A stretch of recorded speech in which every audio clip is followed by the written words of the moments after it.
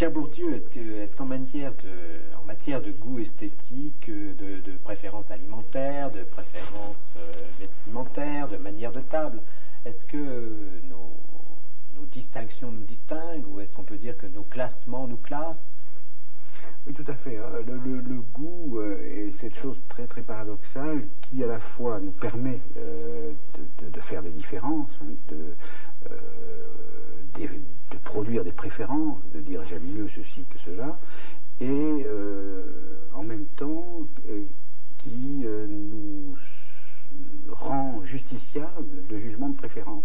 C'est-à-dire, on dira, il a bon goût, il a mauvais goût. Autrement dit, c'est une sorte de pratique réflexive. Enfin, nous ne pouvons pas juger dans ce domaine sans être justiciable de jugement, sans être jugé. Et c'est pourquoi d'ailleurs le sens commun dit des goûts et des couleurs ne discutent pas, ce qui est une façon d'évacuer le problème, de dire n'en parlons pas, en fait parce que ça serait trop grave.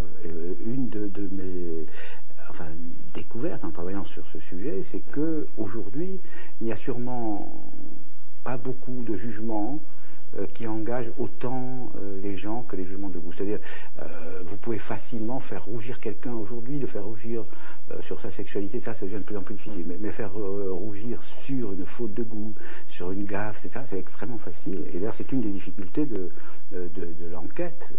L'enquête sur les problèmes de goût est très difficile parce que, évidemment, le rapport d'enquête est un rapport social et la personne interrogée a une idée du statut social de la personne qui l'interroge, donc de ses goûts, de ses préférences, et il a peur d'être jugé par l'interrogateur.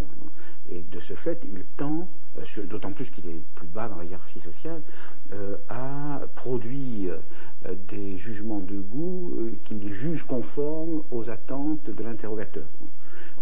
Par exemple, lorsqu'on est interrogé sur les goûts en musique, beaucoup de gens de petite bourgeoisie ou du haut des classes populaires disaient à la question aimez-vous la musique? Ils répondaient souvent oui, j'aime beaucoup les valses Strauss, parce que c'est la grande musique du pauvre, c'est-à-dire c'est l'idée qu'on se fait de la grande musique, ce qu'on appelle la grande musique, quand on n'est pas familier avec cet univers. Voilà.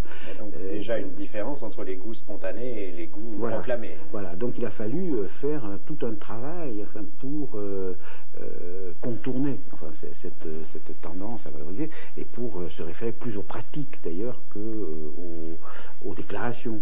Par exemple, là nous avons fait toute une enquête qui a abouti à un livre qui s'appelle L'amour de l'art, qui est une enquête extrêmement lourde, longue et difficile, une enquête statistique, auprès du public des musées, que nous attrapions à la sortie, que nous interrogions, etc., c'est-à-dire en situation de pratique. Bon, là, on est sûr que les gens étaient au musée, puisqu'ils en sortaient. Donc on obtient dans ce cas-là des mesures tout à fait inférieures à celles qu'on obtient quand on demande des déclarations, combien de fois êtes-vous allé au musée au cours de l'année. Donc il y a une tendance à s'accorder plus de culture qu'on en a.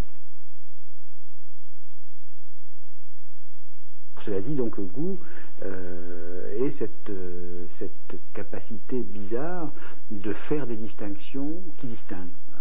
Et le titre de l'ouvrage dans lequel j'ai publié les principaux résultats concernant ce problème, la distinction, est un titre volontairement ambigu. D'ailleurs, rétrospectivement, je regrette cette ambiguïté parce que je pense qu'on a entendu que un des moteurs du monde social et en particulier des pratiques culturelles, c'est la volonté de se distinguer. Bon. En fait, cette volonté de se distinguer, le snobisme, ce qui n'est pas du tout l'idée du livre. En fait, nous sommes distingués, que nous soyons distingués selon la définition officielle ou pas. On peut dire que, par exemple, un petit commerçant que, au nom des normes dominantes, nous jugeons vulgaire, est distingué, en ce sens qu'il est différent des autres. Et en fait, l'idée centrale pour comprendre ces phénomènes, qui sont des phénomènes très compliqués, formidablement compliqués, c'est qu'il y a un espace de différence, selon plusieurs principes. De différences hiérarchisées. Oui, différences hiérarchisées, des différences selon le sexe, selon l'âge, selon la profession, selon le niveau d'instruction, selon le capital économique, selon la résidence, Paris, province, etc. Il y a tout un espace de différence.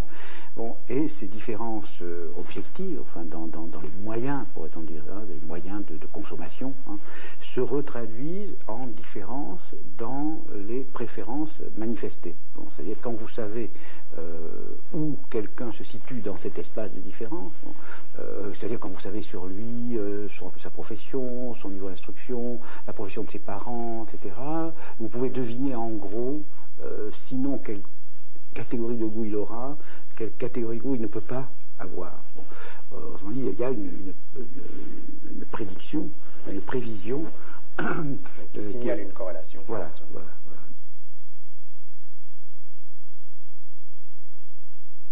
Donc, et alors là, je peux dire, on dit souvent de mon travail qu'il est déterministe,